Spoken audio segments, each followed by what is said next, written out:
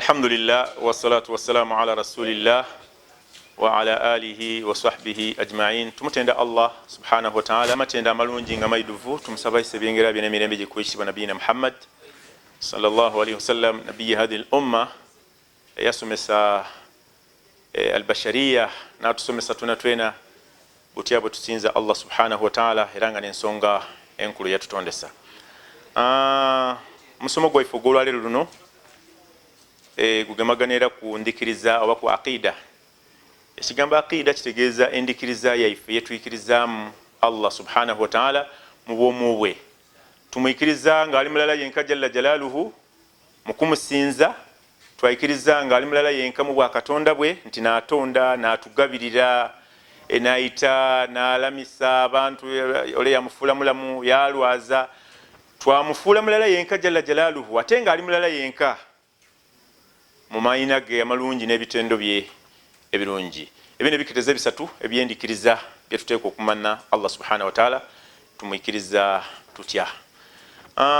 Endikiriza y'omuntu nkulu ino, obukulu bwayo bubonekera mu kubanga Allah subhanahu wa ta'ala arsala jamia ar-rusul, Allah yasindika ababaka bonabona okuyida eri ensi eno, aye nga main agenda oba main item on the agenda ani yabudu Allah wajitanibu taghut, musinze Allah subhanahu wa ta'ala nga mulala yenka era mwewale ebindi ebisinzibwa ebitali Allah subhanahu wa ta'ala.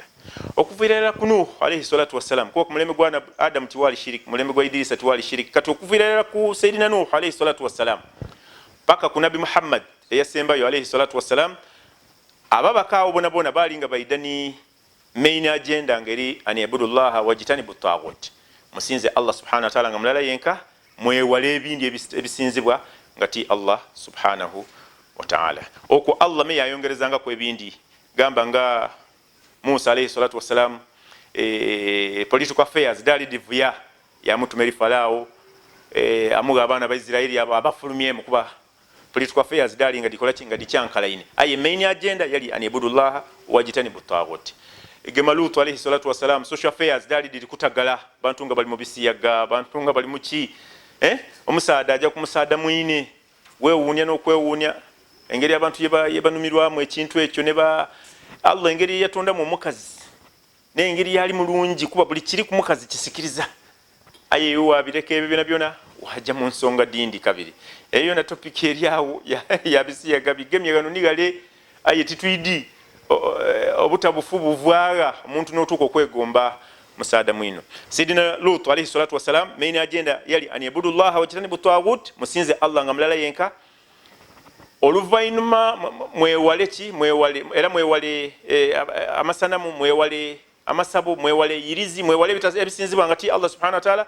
Okume Allah yayongereza ku social affairs edali litagala yamukuba dona dilongose abantu bali okulya bisiyaga. Ni Shuaib alayhi salatu wassalam abantu economy yali kuyuga, abantu bapima ebintu nga tibituuka baguza bana ibyo bitatuuka, Allah yamutuma eri abantu be wa ila madyana akhahum Shuaiba, aye kiyasokera kwa anibudullah musinze Allah mulala yenka wajitanibu taghut, mwegale amasanamu, mwegale amasabu, mwegale ebisinzibwa bitali Allah subhanahu wa ta'ala.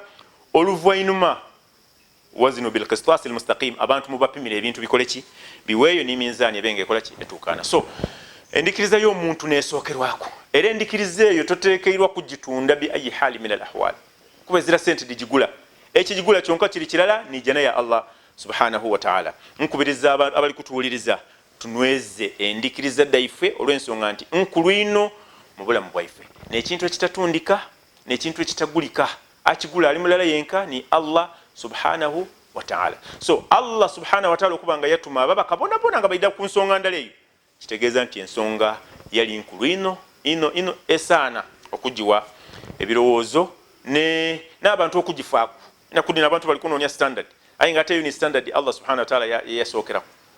Abantu batwala abantu mu masomero agazira mu dini ya Allah subhanahu wa ta'ala mwe bali kuwadula n'emize egyo gye twogereko egy'ebisiyaga naki, aye nga standard ya Allah subhanahu wa ta'ala yateeka okusookerwako abantu tebagifiireko.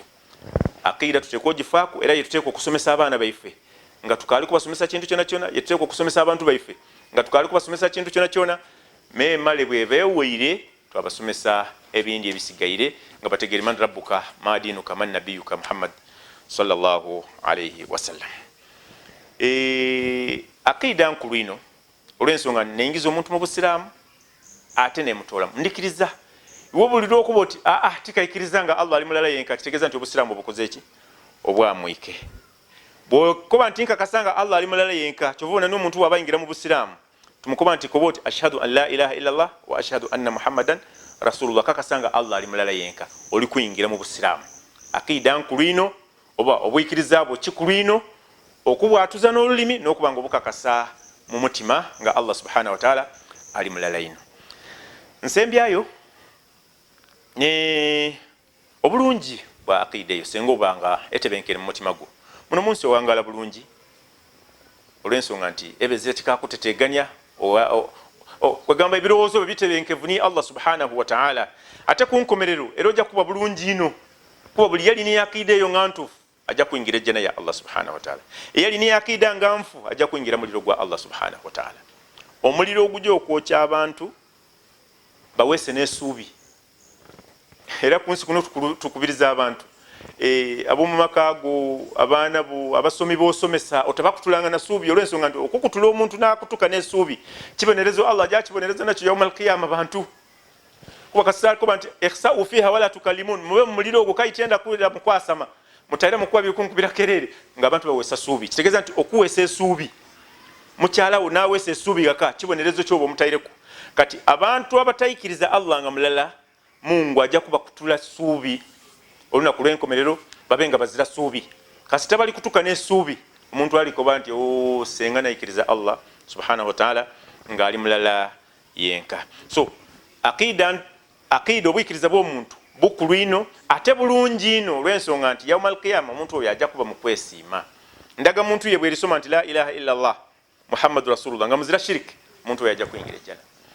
Niwe alibanga yakola ebindi ebikyamu ebindi gamba yali aliba ate nga gona musango mu bayini yali mwenzi kunsi kuno tiriko babantu nti bajje bakola obwenzi yali mulyaza amaanya yali muki yakola byona ebibi munsi munaye nga muzira shiriki no gwana gumole wa Allah subhanahu wa ta'ala tibamugayitira kuna kintu kyona.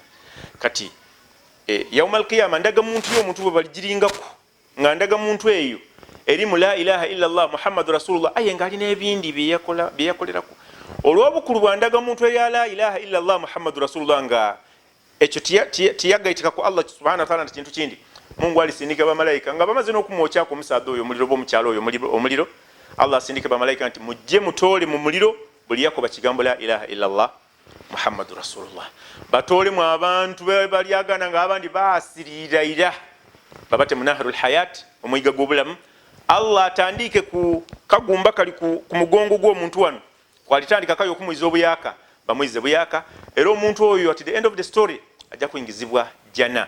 Lwaki omuntu oyo bamutwere mu bibonerezo ate nga yali mukyamu kuno kunsi? Yali mukyamu aye yali ni la ilaha illa Allah ngeziramu shirik ngeziramu kugayitika ku Allah subhanahu wa ta'ala ekintu kindi.